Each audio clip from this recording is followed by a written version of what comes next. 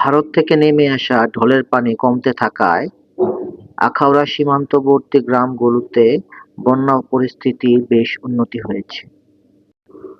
তবে বাড়িঘর থেকে পানি নেমে এলেও বন্যা রাস্তার উপরে ঠিকই তার ছাপ রেখে গেছে। আপাতত নিরাপদ মনে হলেও বন্যার সংখ্যা যে একেবারে কেটে গেছে তা না। নতুন করে যদি আবার বৃষ্টিপাত হয় এবং ভারত থেকে ঢলের পানি নামতে শুরু করে, তাহলে কিন্তু আবারও বন্যা পরিস্থিতির সৃষ্টি হতে পারে। যেটা এখনকার চেয়ে আরো বেশি ভয়াবহ হবে, কারণ তখন জলাধারগুলোতে পানি ধারণ ক্ষমতা অনেক বেশি ছিল, কিন্তু অলরেডি বন্যা হওয়াতে কিন্তু জলাধারগুলোর পানি ধারণ ক্ষমতা অনেক কমে গেছে। এখানে কি পানি কটুক ছিল? পানি না ছিল আড়ু পানি। হ্যাঁ, এতটুকু ছিল।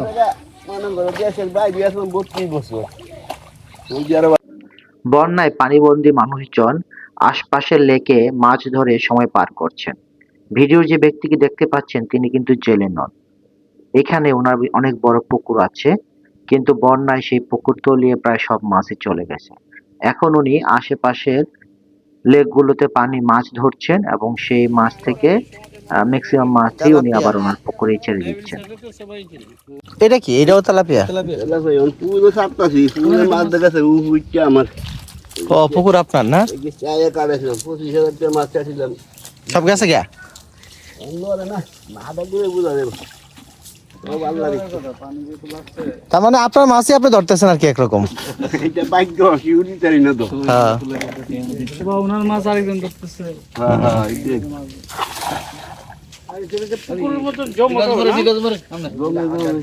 ইয়া ভাই, সৌদি আরব কয় বছর ছিলেন?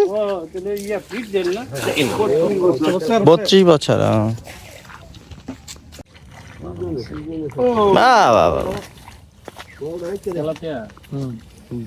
আমার মনে হয় যে এই যে ভাইয়ের পুকুরেরই তো আশেপাশে যাইতে চাইতেছে না এলাকা থেকে। না, পাচ্ছে প্রতি সবচেয়ে থেকে বেশি ওই ইয়ে হয়েছে কে জানো?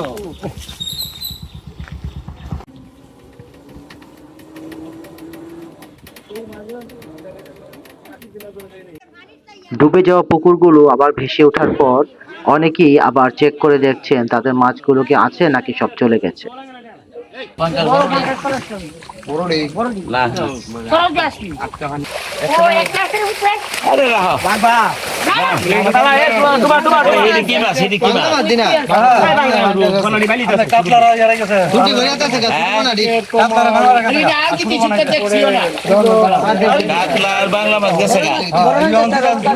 আছে কিটা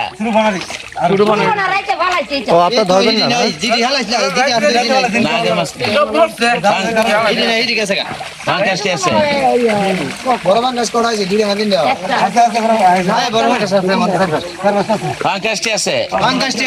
সব কি নাই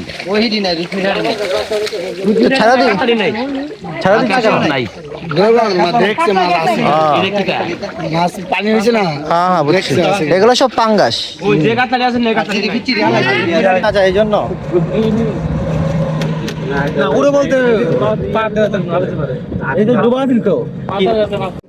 অধিকাংশ জায়গায় রাস্তা থেকে পানি নেমে গেলেও কিছু কিছু এলাকায় এখনও রাস্তার উপরে পানি রয়ে গেছে, যেখানে রাস্তার উচ্চতা একটু কম অথবা পানি নিষ্কাশনের ব্যবস্থা একটু দুর্বল, সেই সব অঞ্চলগুলো কিন্তু এখনও পানির নিচেই তলিয়ে আছে।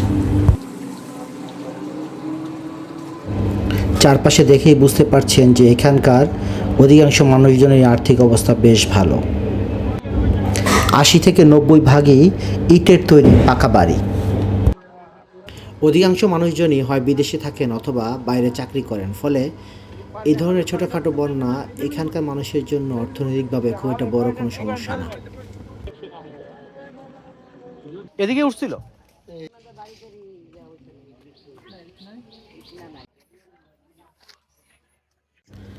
এই রাস্তাটা একই সাথে রাস্তা এবং বেড়িবাঁধের কাজ করে থাকে, ফলে আশেপাশের গ্রামগুলো নদীর পানি থেকে নিরাপদে থাকে। কিন্তু একটাই রিস্ক থাকে, যদি বাঁধটা ভেঙে যায় তাহলে গ্রামগুলো তলিয়ে যাওয়ার সম্ভাবনা থাকে।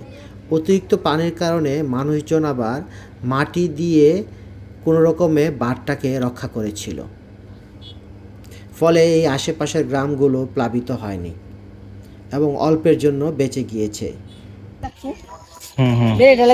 ও লোকজন কিন্তু এখানে বাদ দিছে, হ্যাঁ মানে পানি কি একটু পর্যন্ত উঠছিল না? বান দিয়ে লাগছি তো, বানের উপরে পানি গেছে।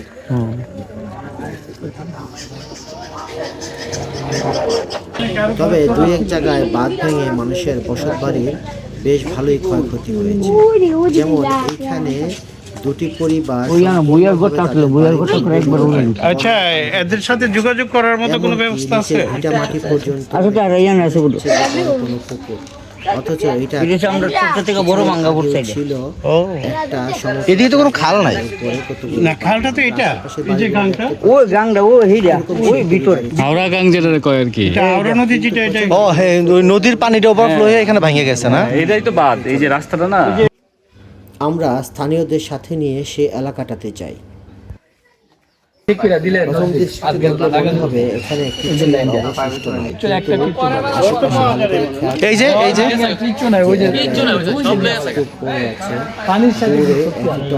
আমার এই আমরা একবার ওই খুশিদ ভাইয়ের বাড়ি ঘর পড়িল, আমার তার মানে ঘরটা ভেঙে একবারে চলে গেছে না? ওই যে মাঝখানে কিছু পড়ে আছে, দেখা যায় যে টিন সেখান পর্যন্ত উড়ে চলে গেছে। খুশিদ ভাইয়ের ঘরটা পড়ি না, খাদাইছে, অনেক বড় ভাঙা পড়ছে। বুঝতে পারছি। ওই ভাঙা বহুত বড় ছিল, অনেক বড় ছিল।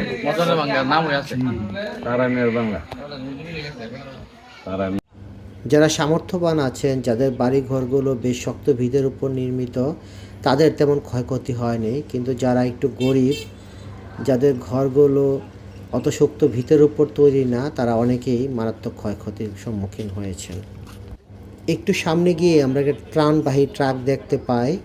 ওই ট্রাকটা আরেকটি ভাঙা জায়গার সামনে এসে দাঁড়িয়ে গেছেন। এখানেও বেড়িবাঁধটি ভেঙে বেশ কয়েকটা বাড়িঘরকে প্লাবিত করেছে এবং একটি বাড়ি বেশ ভালো রকমই ক্ষতিগ্রস্ত হয়েছে। বাধ্য হয়ে ওনারা ওনাদের ঘরের চারপাশে টিনগুলো খুলে ফেলতে হয়েছিল, কারণ যদি টিনগুলো খুলে না ফেলতেন তাহলে বন্যার পানিতে আগে যে বাড়িটি আমরা দেখেছিলাম এদের অবস্থাও ঠিক এরকমই হতো। ভালো সংবাদ হচ্ছে বেশ কিছু এলাকায় পানি খুব দ্রুত নেমে যাওয়ার কারণে এখানে রোপণকৃত ধানগুলো নষ্ট হয়নি। ফলে আমরা দেখতে পাচ্ছি ধানের চারা গাছগুলো আবার গজাচ্ছে, পানির উপরে চলে এসেছে। ধারণা করা হচ্ছে যদি নতুন করে আর বৃষ্টিপাত না হয় এই ধানগুলো হয়তো টিকে যাবে। তবে কিছু এলাকায় পানি এখনও নামেনি, ফলে সেখানে যে ধানগুলো লাগানো হয়েছে সেগুলো যদি আগামী 2-1 দিনের মধ্যে ভেসে উঠতে না পারে তাহলে ধারণা করা হচ্ছে সবগুলোই হয়তো পচে নষ্ট হয়ে যাবে। এখন সিজনের প্রায় শেষ পর্যায়ে এই সময়ে আবার নতুন করে ধান লাগানোটা বেশ বড় চ্যালেঞ্জিং হবে বলেই মনে হচ্ছে। তবে আমি অনেকের সাথে কথা বলে জেনেছি যে ওনাদের পক্ষে যদি আগামী 1 সপ্তাহের মধ্যে পানি নেমে যায় তাহলে হয়তো নতুন করে আবার ধান রোপণ করাও সম্ভব হবে। অনেক বছর পর এরকম বন্যার পানি আসায় অনেকেই তাদের মাছ ধরার স্কিল আবার নতুন করে পাকিয়ে নিচ্ছেন। শুনতে পেয়েছি এলাকায় জালের বিক্রির পরিমাণ অনেক গুণ বেড়ে গেছে।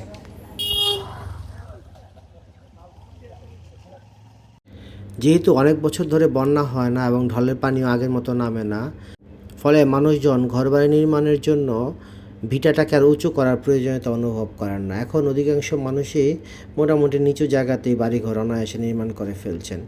এই বন্যায় এই ধরনের বাড়িঘরই বেশি তলিয়েছে। বন্যায় রাস্তাঘাটের ক্ষতির পরিমাণ বেশ চোখে পড়ার মতো। এই রাস্তাগুলো আবার রিকনস্ট্রাকশন করা না গেলে মানুষজনের জন্য যাতায়াত করা বেশ কষ্টই হয়ে যাবে। তবে সবচেয়ে বেশি চোখে পড়ার মতো যে জিনিসটা ছিল সেটা হচ্ছে ত্রাণের গাড়ি। একটু পরপরই একটা ত্রাণের ট্রাক দেখতে পাচ্ছিলাম। ওরা বিভিন্ন এলাকায় গিয়ে গিয়ে মানুষকে বিভিন্ন জিনিসপত্র দিচ্ছিল। 24শে আগস্ট আমি যখন এই ভিডিওগুলো ধারণ করি তার আগের দিন পর্যন্ত এই অঞ্চলটা পুরোটাই পানির নিচে ছিল। একদিনের ব্যবধানেই পানি নেমে গিয়ে রাস্তাঘাটগুলো দৃশ্যমান হয়ে গেছে। তবে কিছু কিছু বাড়িঘর এখনও পানিবন্দী আছে। এই বাড়িঘরগুলোতে যেহেতু এখনও ওনাদের পক্ষে চুলা জ্বালানো মুশকিল, কারো সবার না, টুকটাক সাহায্যের প্রয়োজন এখনও রয়ে গেছে।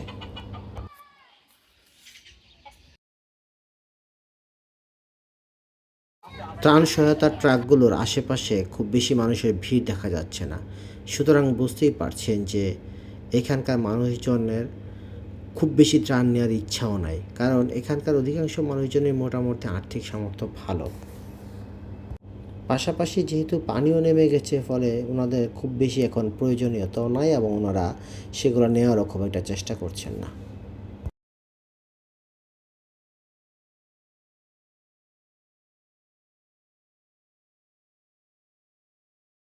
রাস্তায় যেতে যেতে এরকম আমরা আরেকটা গ্রুপের মুখোমুখি হই। এরা সম্ভবত ইসলামিক আন্দোলন বাংলাদেশ, ওনারাও এসেছেন এই এলাকায় ত্রাণ দেওয়ার জন্য, কিন্তু ওনারা খুঁজে পাচ্ছেন না আসলে কাকে ত্রাণ দিবেন, কারণ এলাকার অধিকাংশ মানুষের বাড়ি ঘর থেকে পানি নেমে গেছে। তাছাড়া খুব একটা মানুষজন আসছে না যে ওনারা ত্রাণ নেবে। যেটা আগেই বলেছি, আসলে আমাদের ওভারঅল এলাকার মানুষের ইকোনমিক অবস্থা একটু ভালো হওয়ার কারণে এখানে প্রয়োজন যেহেতু খুব একটা নাই, খুব একটা মানুষ ভিড়ও করছে না ত্রাণ নেওয়ার জন্য। ওনারাই বরং বারবার লোকজনের কাছে কোয়ারি করছিল যে এখানে ক্ষতিগ্রস্ত এমন কাউকে পাওয়া যায় কি না যেখানকার মানুষজন ডুবে গেছে এবং তাদের সাহায্য প্রয়োজন, এবং অধিকাংশ মানুষের উত্তরই ছিল নেগেটিভ। বরং সাহায্য করতে আসা লোকগুলোকে বেশ হতাশই মনে হচ্ছিল। পোর অ্যান্ড হাংরি পিপলের খুঁজে এসে এরা আসলে কাউকে খুঁজে না পেয়ে কিছুটা হতাশ হয়ে গেল। No, I want real India. Poor people, hungry people. Bharat থেকে নেমে আসা পানি নিম্নাঞ্চলগুলো প্লাবিত করতে পারলেও বেড়িবাঁধের ভিতরে থাকায় এই অঞ্চলগুলোতে জমি জমার তেমন কোনো ক্ষয়ক্ষতি হয়নি এবং জমিগুলো পানিতেও ডুবে যায়নি। এই যে জমির পরে যে গাছগুলো দেখা যাচ্ছে, ওইখানে কাঁটাতারের বেড়া, আর ওই বেড়ার ওই পাশেই হচ্ছে ইন্ডিয়া।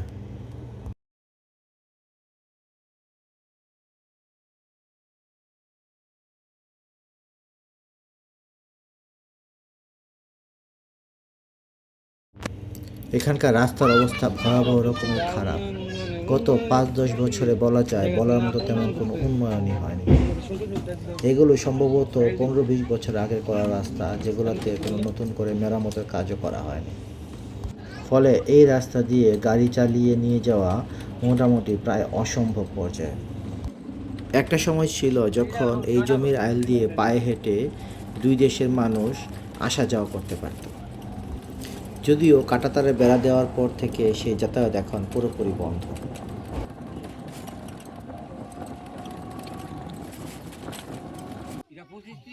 মানে মূলত হচ্ছে ইন্ডিয়ার পানিটা ঢোকার জন্য এটা হয়েছে না? ইন্ডিয়ার পানি সবসময় ঢুকে বেশি ডালা পানি। যে পাহাড়ে পর্বতে পানি হচ্ছে, সব পানি তো আশা করছে বাংলাদেশে এই নদীটা অতিরিক্ত হয়েছে। তো অতিরিক্ত হইলে আপনাদের এখানে ইন্ডিয়ার সীমানা কতটুক চাচা? ওই তো এই কোনা কোনা ওই যে ভাই যাইতেছে যে, ও এই সামলান গিয়া পিলার দেখুন দুইটা পিলার। হ্যাঁ হ্যাঁ সামনে যাইতেছে, যাচ্ছি যাচ্ছি যাচ্ছি, এই জায়গাটা একটু দেখা যায়। ওই তার কাটা পর্যন্ত ইন্ডিয়া না? হ্যাঁ এরপরে ইন্ডিয়া এই জায়গাটা ইন্ডিয়া, এই জমিটি ইন্ডিয়া। তো ওই ভাই যাইতেছে কই? ইন্ডিয়ার জায়গা। হ্যাঁ, হ্যাঁ মানে এর হিসাব হচ্ছে তারকাটা থেকে জানি জানি জানি জানি জানি জানি 150 ফুট ভিতর পর্যন্ত। তো ও আচ্ছা ইন্ডিয়া জায়গায় যে চাষবাস করে খাচ্ছে। এই যে সামনে একটি সীমান্ত পিলার দেখা যাচ্ছে, এই সীমান্ত পিলারের ওই পারটাই কিন্তু ইন্ডিয়া। অর্থাৎ আমরা এখন ইন্ডিয়া বাংলাদেশের সীমান্তের মাঝখান দিয়ে হেঁটে যাচ্ছি। আর যদি একটু বাঁ দিকে যাই তাহলে কিন্তু আমি ইন্ডিয়া পৌঁছে যাব। চলুন যাওয়া যাক।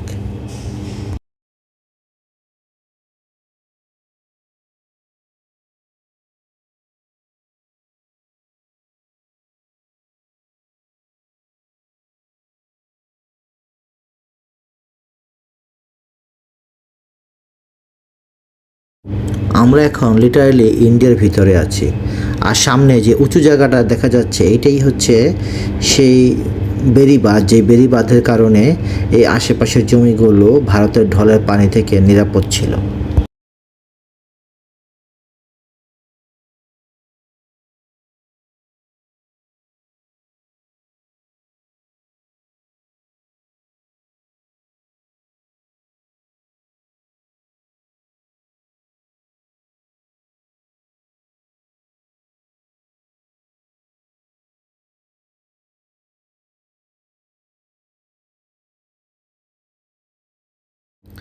বন্যার পানি নেমে গেলেও কিন্তু তার সুস্পষ্ট ছাপ আশেপাশে ঠিকই রেখে গেছে। এই পাশের জমিগুলো দেখলেই বুঝতে পারবেন যে এখানকার ঘাসগুলো মরে গেছে এবং বিভিন্ন জায়গায় পানির ছাপ রয়ে গেছে। অথচ এই পাশটা দেখেন, এই পাশটা কত সবুজ, কারণ এই বাঁধটার কারণে এই পাশে পানি ঢুকতে পারেনি। আমরা একটু সামনে গেলেই সেই নদীটা দেখতে পাবো, যেই আন্তর্দেশীয় নদীর মাধ্যমে ভারত থেকে পানিগুলো বাংলাদেশের দিকে ধাবিত হয়েছিল।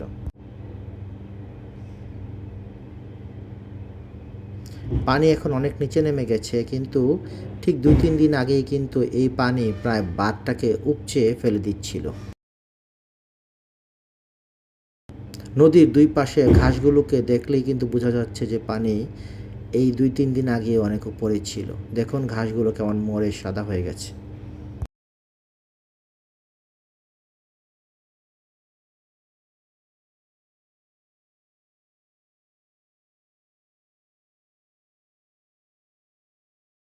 যাই হোক, একটু ঘোরাঘুরি করে আমরা আবার আমাদের স্বদেশে প্রত্যাবর্তন করলাম।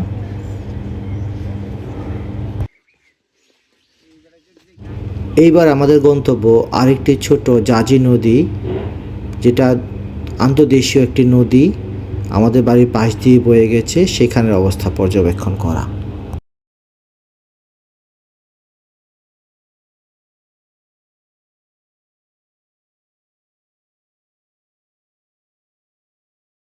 সামনেই ভারত বাংলাদেশ সীমান্ত। এই সীমান্তের এই বাঁ পাশ দিয়েই এই খালটির একটি শাখা নেমে এসেছে। আগে এখান দিয়ে সবসময় পরিষ্কার পানি আসলেও এখন বর্ষাকাল ছাড়া বছরের অধিকাংশ সময়ই এখান দিয়ে ইন্ডিয়ার সিওয়েজের নোংরা পানিগুলো বাংলাদেশে নেমে আসে। 2-3 কিলোমিটার বাঁ দিকে গেলে এখান দিয়ে আবার আরেকটি ছোট খাল নেমে এসেছে। এই খাল দিয়ে একটা সময় রেগুলার ভারত থেকে পানি আসলেও এখন শুধুমাত্র বর্ষার সময়ই পানি আসে, আর অধিকাংশ সময়ই তারা বাঁধ দিয়ে পানি আটকে রেখে দেয়।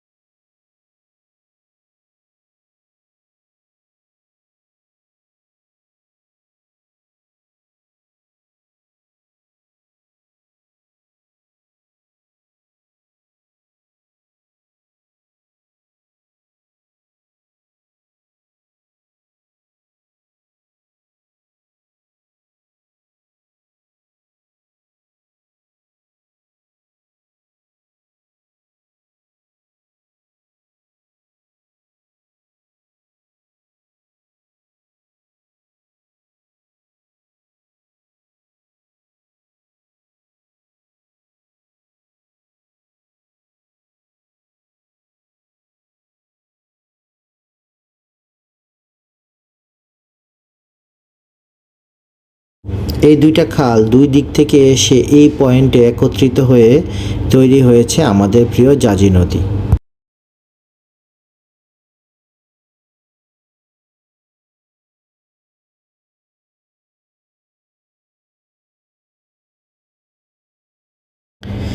কিছু কিছু এলাকায় কৃষকরা অলরেডি বীজতলা রোপণ করে ফেলেছেন, সুতরাং পানি নেমে গেলে নতুন করে ধান চাষ করতে আমাদের তেমন কোনো সমস্যাই হবে না।